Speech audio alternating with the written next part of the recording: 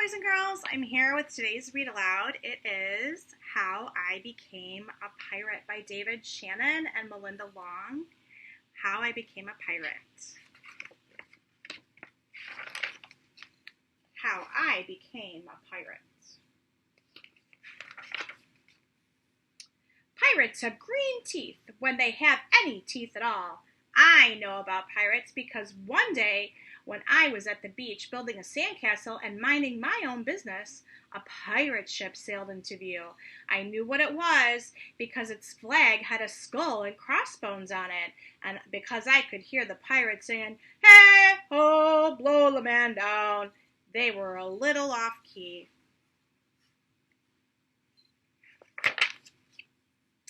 I tried to tell Dad, but he was busy setting up the beach umbrella. I tried to tell Mom, but she was busy slathering my baby sister with sunblock. So I went back to my sandcastle, but I kept an eye on the pirates. By then, they were rowing to shore.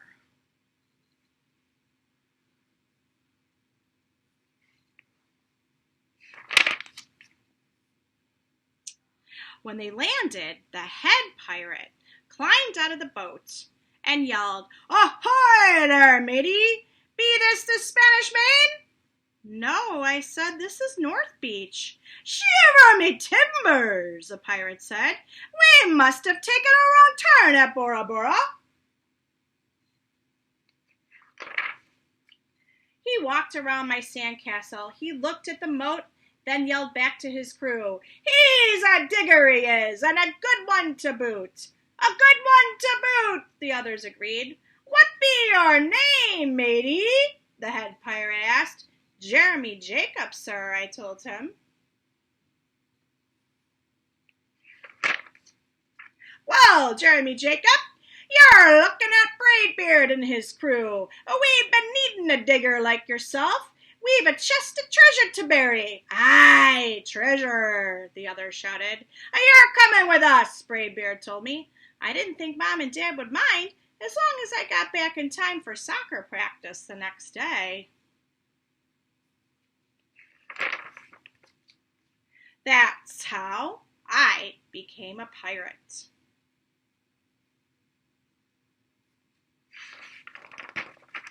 As soon as we were on board, Braidbeard showed me the chest of gold and jewels.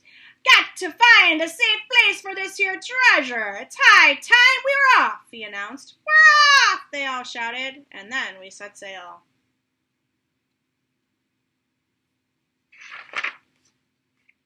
There was plenty to do on board. The pirates taught me how to sing sea shanties, the louder the better, and to say real pirate stuff like landlubber and scurvy dog.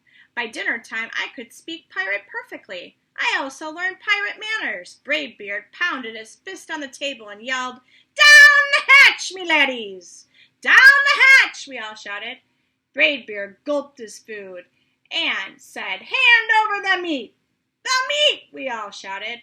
No one told us to finish our spinach. There wasn't any. Or to chew up our carrots. They weren't allowed on board. We talked with our mouths full, and nobody said please or thank you. After dinner, I tried to teach the pirates to play soccer. Braidbeard kicked the ball and yelled, "Arr, soccer! Arr, soccer!" the crew yelled.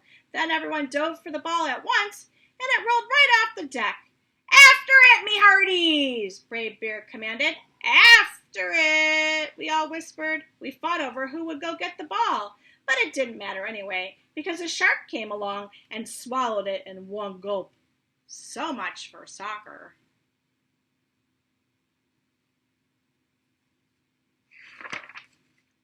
By now it was past my bedtime, but nobody tells pirates to go to bed, to take a bath, or to brush their teeth. Maybe that's why their teeth are green. Pirates sleep with one eye open, just in case, and they don't change into pajamas unless they want to.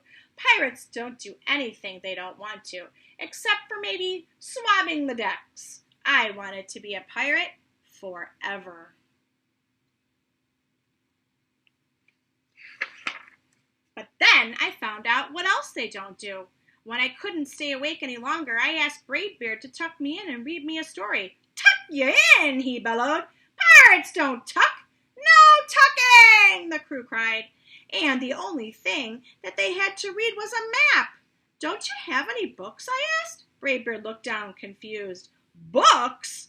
I didn't even bother to ask about a goodnight kiss.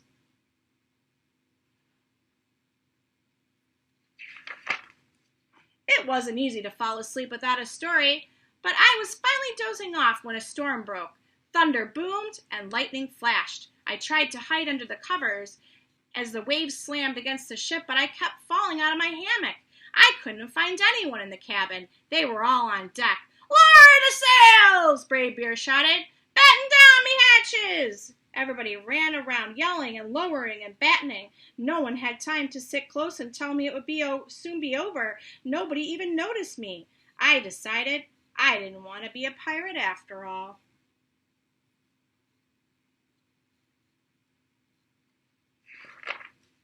Just then, flash, crash, crack, lightning hit the mast and split it right down the middle.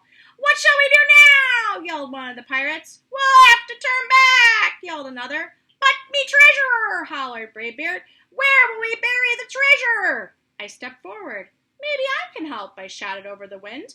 I think I know the perfect digging spot.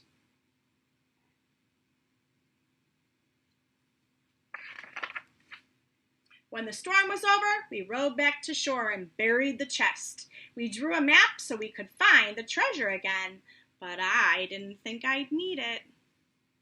Jeremy Jacobs' backyard. House. X marks the treasure. After that, the pirates repaired the ship and got ready to set sail. Before they left, Braidbeard handed me a flag and said, You make a fine pirate, Jeremy Jacob. Guard that treasure well. We'll be back to get it soon enough. Soon enough, the crew repeated. And if you ever need us, Braidbeard added, just run the Jolly Roger up yonder pole. Up yonder pole, the others shouted. And maybe I will, but not today.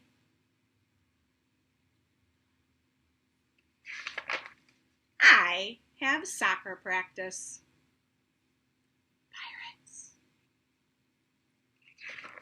That was the end of how I became a pirate.